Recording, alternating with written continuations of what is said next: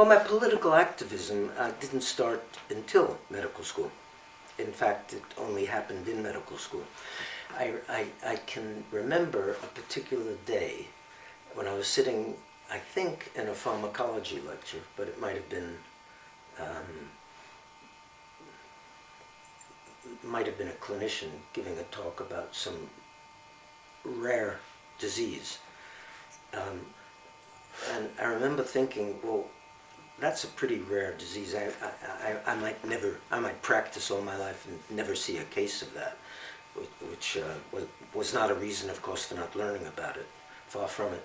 But I thought, but there's this great big disease, or a threat to our well-being, and what particularly was exercising my mind at the time was the nuclear threat.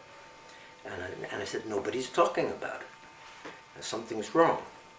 And this came to a bit of a head towards the end of medical school, or maybe it was even my first, the pediatric housemanship year, which was partly at the same medical school hospital and partly at a slum hospital affiliated with that medical school hospital, which was in a more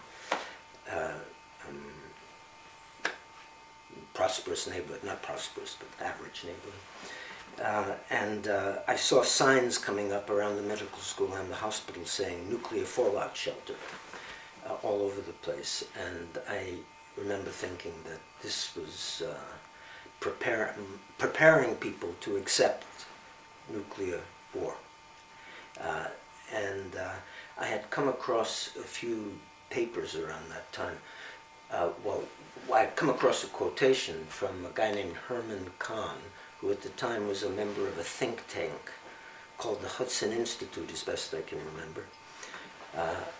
And Herman Kahn had said at the time, in case of a nuclear war, only between, it was either 20 and 40 million or 40 and 60 million Americans need be killed. And I thought, wow, this is crazy that someone can talk about that. Only, first of all, only tens of millions of people and Americans, and what about non-Americans? And I thought this nuclear shelter thing was dangerous. So I drew up a letter, and I don't think I'd ever done anything like that before. I drew up a letter saying that I thought this was misleading people and preparing people to accept war. That if I had also read a paper by a plant physiologist named Barry Commoner, who at the time was, I think, head of a committee called the St. Louis Committee for Radiation Information, SCRI. And in one of Barry Commoner's papers, in a paper called The Effect of a 20 Megaton Bomb on Columbus Circle, he talked about the extent of the damage and the extent of the fallout and the extent of the firestorm, which I remember was going to extend 90 miles around. And I thought, this is crazy. It's getting people to think that they can be safe by going into a shelter. And I actually circulated the letter by hand. I personally went around to leading faculty members of this, prestigious medical school, and I got the heads of anatomy, biochemistry, physiology, not sure about physiology, pathology, the internal medicine department, respiratory diseases. I got 70 members of the faculty, and at least of those, pediatrics, absolutely, psychiatry, I think. At least the chairs of half a dozen, and probably more like 8 or 10 departments, professors, and some younger doctors on the faculty.